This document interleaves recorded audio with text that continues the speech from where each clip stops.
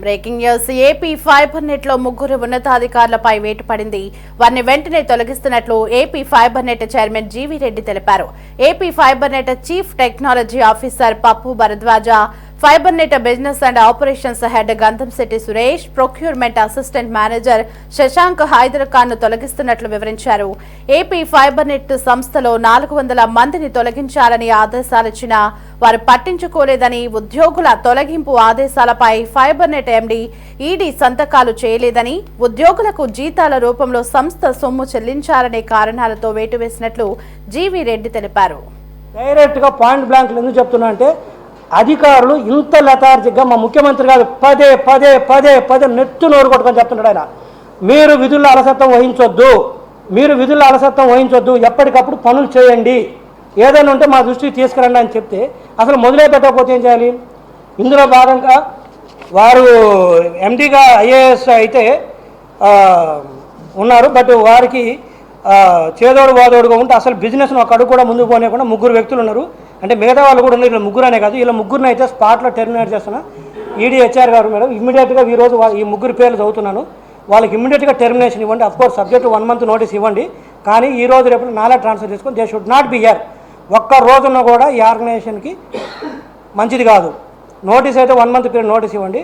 But their services not required today onwards, just నాలా transfer. వాడు ముగ్గురు పేర్లు ఏంటంటే, ఒకటి పప్పు సత్యరామ భరద్వాజ గారు, is a chief technology officer. Technology officer అంటే ఇతను ఈ నెట్వర్క్ మొత్తం ఇతని చేతిలోనే ఉంటుంది. ఇప్పుడు నేను చెప్పే కదా, ప్రతిరోజు ఏదో ఒక సమస్య రాష్ట్రంలో వస్తుందని చెప్పేసి ఇతని చేతిలో ఉండే టెక్నాలజీ ఆపరేషన్స్. రెండోది వచ్చేసరికి గంధంశెట్టి సురేష్ గారు, ఇతని చేతిలో బిజినెస్ హెడ్. ఇతని చేతిలో మొత్తం బిజినెస్ ఉంటుంది. ఇందా చెప్పే కదా, ₹1 బిజినెస్ రాలేదు, ఒక్క కనెక్షన్ కూడా కొత్తది కాలేదు. ఇతని మీద గతంలో కూడా ఆంధ్రప్రదేశ్ వాళ్ళు రాశారు ఫైబర్ ప్రక్షాళన ఏదని. హరిగారి మీదే కదా రాశాను, ఇదే ప్రక్షాళన ఈ పొద్దు చేస్తాను. అతని మీద పర్టికులర్ అతని పేరుతో రాస్తూ మిగతా ఓవరాల్ కూడా అడిగారు ఫైబర్ ప్రక్షాళన అనేది. వాస్తవం చెప్పాలంటే మాకంటే ముందు, ప్రతిపక్షం కంటే ముందు కూడా హరిగారు ఆ రోజు ఆంధ్రప్రదేశ్లో ఫైబర్ ప్రక్షాళన ఏదని చెప్పేసి అడగడం జరిగింది. సో ఈరోజు కొంత ఇంతకుముందు అయింది, ఇప్పుడు కొంత. మూడో వ్యక్తి పేరు మేడం శశాంక్ హైదర్ ఖాన్. ఇతను వచ్చేసరికి ప్రొక్యూర్మెంట్లో ఉంటూ గత మేనేజ్మెంట్లో ఎన్నో అవకతవకలు జరిగితే ప్రొక్యూర్మెంట్లో ఒక్క విషయాన్ని కూడా చైర్మన్గా నాకు ఒక్కరోజు కూడా వచ్చి చెప్పిన పాపాన పోలేదు. విజిలెన్స్ వాళ్ళు చెప్తాను, విజిలెన్స్ వాళ్ళు వస్తే వాళ్ళకు కూడా సహకరించిన పాపాన పోలేదు. ఆ పాయింట్కి వస్తాను. వీళ్ళు ముగ్గురు మేర ఇప్పుడు నేను చదివిన పేర్లు, వీళ్ళు ముగ్గురిని ఇమ్మీడియట్గా ఈ రోజే టెర్మినేట్ చేస్తూ నాలెడ్జ్ ట్రాన్స్ఫర్ చేసుకున్న తర్వాత సబ్జెక్టు ఇవ్వండి. వీళ్ళు ముగ్గురు ఏదైనా అతిక్రమం ఏది చేసినా కూడా తదుపరి చర్యలు చాలా కఠినంగా ఉంటాయి. అందులో మొహమాటం ఏం లేదు.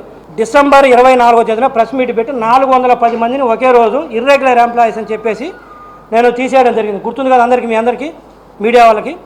అయితే ఒకసారి చైర్మన్ స్థానంలో ఒక ఆఫీసు డెసిషన్ తీసుకున్న తర్వాత 410 మంది తీసేయమన్న తర్వాత వాళ్ళందరూ ఇర్రెగ్యులర్ ఎంప్లాయీస్, అంటే వాళ్ళకి ఏం నోటీస్ పీరియడ్ కూడా ఇవ్వాల్సిన అవసరం లేదు. ఈ రోజుకి అంటే దాదాపు 2 నెలలు అవుతున్నా కూడా ఈ రోజుకి ఒక్క ఎంప్లాయీని కూడా తీసేసేటట్టుగా అఫీషియల్ ఆర్డర్స్ ఇవ్వలేదు.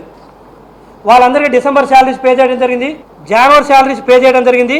ఇప్పుడు మళ్ళీ ఫిబ్రవరి కూడా ఈరోజు ఇంకా 10 రోజులు ఉంటే ఈ నెల కూడా అయిపోతుంది. ఈ నెల కూడా శాలరీస్ పే చేయాలి. ఎందుకంటే నేను ఇన్స్ట్రక్షన్స్ ఇచ్చినా కూడా అఫీషియల్గా అధికారులు ఆర్డర్స్ ఇవ్వకపోతే, అది ఎండీ గారు కావచ్చు లేదా ఈడీ హెచ్ఆర్ కావచ్చు, ఆ రోజున ఈడీ హెచ్ఆర్ ఇవ్వకపోతే అది అఫీషియల్గా వాళ్ళు ఉన్నట్టే లెక్క.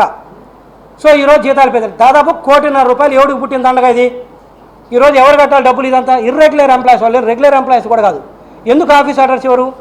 24 డిసెంబర్లో నేను టెర్మినేట్ చేసిన తర్వాత క్లియర్గా ఇన్స్ట్రక్షన్స్ ఇవ్వడం జరిగింది.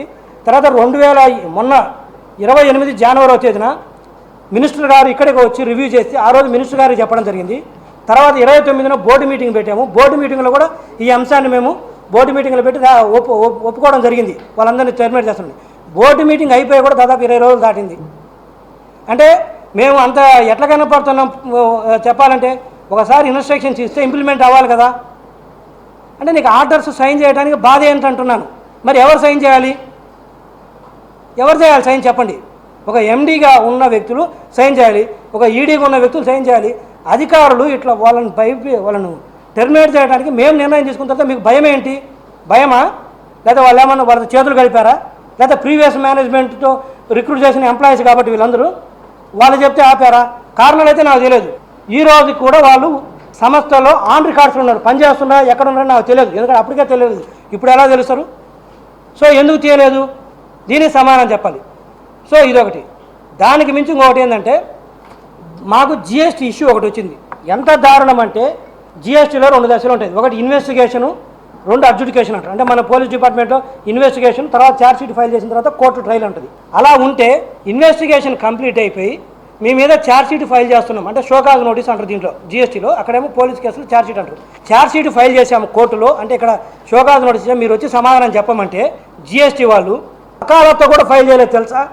రిప్రజెంట్ చేసి డాక్యుమెంట్స్ ఇవ్వడం పక్కన పెట్టండి, వకాలత్తు కూడా ఇవ్వలేదు. దాంట్లో భాగంగా ఏమైంది తెలిసిన, వకాలత్తు కూడా ఇవ్వకపోతే 377 కోట్ల రూపాయలు ట్యాక్స్ డిమాండ్, ఇంట్రెస్ట్, పెనాల్టీస్ పంపించారు. ఎప్పుడు పంపించారు? మొన్న 23వ తేదీ జనవరిలో పంపించారు. అంటే ఇంకొక 5 రోజులు అంటే నెల కావస్తుంది. ఇది ఎవరికి తెలియదు, చైర్మన్గా నాకు కూడా తెలియదు. వస్తే దాన్ని కూడా మర్చిపెట్టి దాచిపెట్టి కూర్చున్నారు. 377 కోట్లు. ఈ సంస్థ ప్రాణం ఎంత, దానికి వేసిన పెనాల్టీ ఎంత, కొన్ని ఉట్టి పుణ్యానికి వచ్చింది రిప్రజెంట్ చేయక 377 కోట్లు వస్తాయి. అంటే దీని అర్థమైందంటే ఛార్జ్ షీట్ ఫైల్ చేసిన తర్వాత కోర్టుకు పోయి సమాధానం చెప్పకపోతే ఏమవుతుంది, కోర్టు వాళ్ళు శిక్ష వేసేస్తారు కదా. అలానే మాకు షోకాజ్ ఇచ్చిన తర్వాత అడ్జుడికేషన్ అటెండ్ కాకపోతే 377 కోట్ల రూపాయలు పెనాల్టీ వేశారు. 23 జనవరిలో వస్తే నాకు ఇంతవరకు చూపించలేదు. నాకు డిపార్ట్మెంట్లో ఫ్రెండ్స్ ఉన్నారు, ఏంటి రెడ్డి గారు మీకు 377 కోట్ల పెనాల్టీ వచ్చింది, ఏది మరి ఉన్నాయా, డబ్బులు కడతారంటే నేను షాకు. మొన్న ఫోన్ చేశారు ఆఫీసర్స్ కొంతమంది నాకు తెలిసిన వాళ్ళు. నేను డైరెక్ట్గా పాయింట్ బ్లాంక్లు ఎందుకు చెప్తున్నా అంటే అధికారులు ఇంత